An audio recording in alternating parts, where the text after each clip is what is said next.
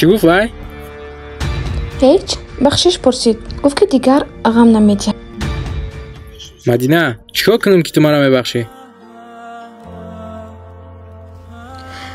یک جای برکی ایران کرده تونی ممکن بخشم.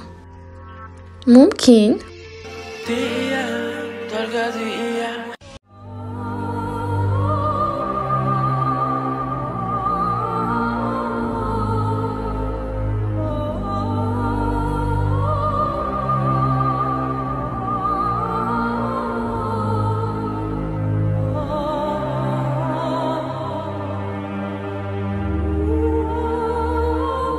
مرا نگاه همین کارا نمیشه که یه روز کنه؟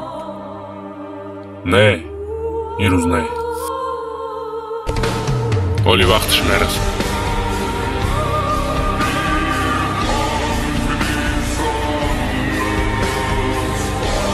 کجا رفتی؟ خانه. چی در پیش من ایستادن زپادلو ایتده؟ یا که دو خود نرسیده است؟ من مجبور نیستم تو ده چی شد بسپارم. بگی دسته تو جورمی یا که نه؟ آه چی با اگه نیدنی مرا روی پرتوفت استی؟ ما بایی در کارای فشت کشیدن نیستم. اگه دسته بگی سر نتم چی؟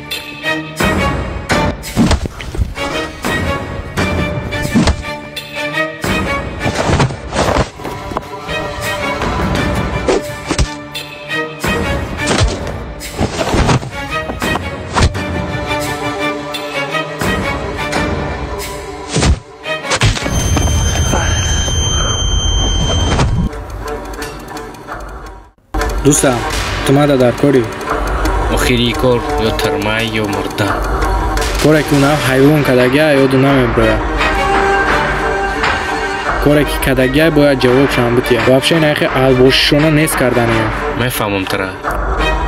نه که خیلی کار داد تو در آدمی تجربه دار در کاره. این ای آدم میشوه؟ کی؟